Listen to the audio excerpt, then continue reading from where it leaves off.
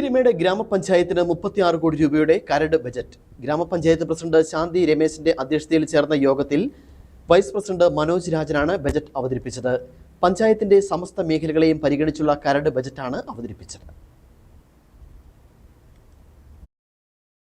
35,83,85,350 രൂപ വരവും 34,87,850 രൂപ ചെലവും 96,84,500 രൂപ മിച്ചവും പ്രതീക്ഷിക്കുന്ന ബഡ്ജറ്റാണ് ഗ്രാമപഞ്ചായത്ത് വൈസ് പ്രസിഡന്റ് മനോജ് രാജൻ അവതരിപ്പിച്ചത്.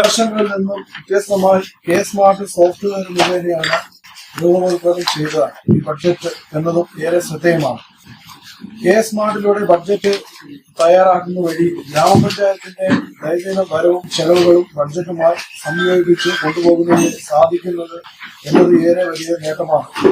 പദ്ധതി ചെലവുകളുടെ പൂർണ്ണ രൂപം ജില്ലാ ആസൂത്രണ സമിതി അംഗീകരിച്ച് മീറ്റിംഗ് നടപടികൾ പൂർത്തിയാക്കിയതിനു ശേഷമേ ഭവന നിർമ്മാണ മേഖലയ്ക്ക് 41,50,000 രൂപ വകയിരുത്തി.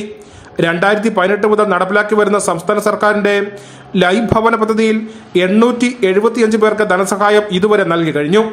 മാലിന്യ സംസ്കരണ മേഖലയ്ക്ക് 50 ലക്ഷം രൂപ വകയിരുത്തി. കൃഷി, മൃഗസംരക്ഷണം ഉൾപ്പെടെയുള്ള ഉത്പാദന മേഖലയ്ക്കായി ബഡ്ജറ്റിൽ 90 ലക്ഷം രൂപ വകയിരുത്തി. ആരോഗ്യ വിദ്യാഭ്യാസ മേഖലകൾക്ക് 40 ലക്ഷം രൂപ വകയിരുത്തി. മഹാത്മാഗാന്ധി ഗ്രാമീണ തൊഴിൽ പദ്ധതി, ഭിന്നശേഷി, വയോജനക്ഷേമം, ആശ്രയ പദ്ധതി ഉൾപ്പെടെ ദാരിദ്ര്യ ലഘൂകരണത്തിനായി 50 ലക്ഷം രൂപ വകയിരുത്തി. കുടിവെള്ള പദ്ധതികൾക്കായി 50 ലക്ഷം രൂപ വകയിരുത്തി. പശ്ചാത്തല മേഖലകൾക്ക് 2 കോടി രൂപ വകയിരുത്തി. ടൂറിസം, യുവജനക്ഷേമം, ചെറുകിട വ്യവസായം എന്നിവയ്ക്കായി 25 ലക്ഷം രൂപ വകയിരുത്തി. പീരിമേട് ഗ്രാമപഞ്ചായത്ത് കോൺഫറൻസ് ഹാളിൽ വെച്ചാണ് ബഡ്ജറ്റ് അവതരണ യോഗം നടന്നത്. ഗ്രാമപഞ്ചായത്ത് പ്രസിഡന്റ് ശാന്തി രമേശ് അധ്യക്ഷയായിരുന്നു.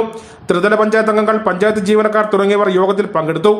News bureau, Peermade.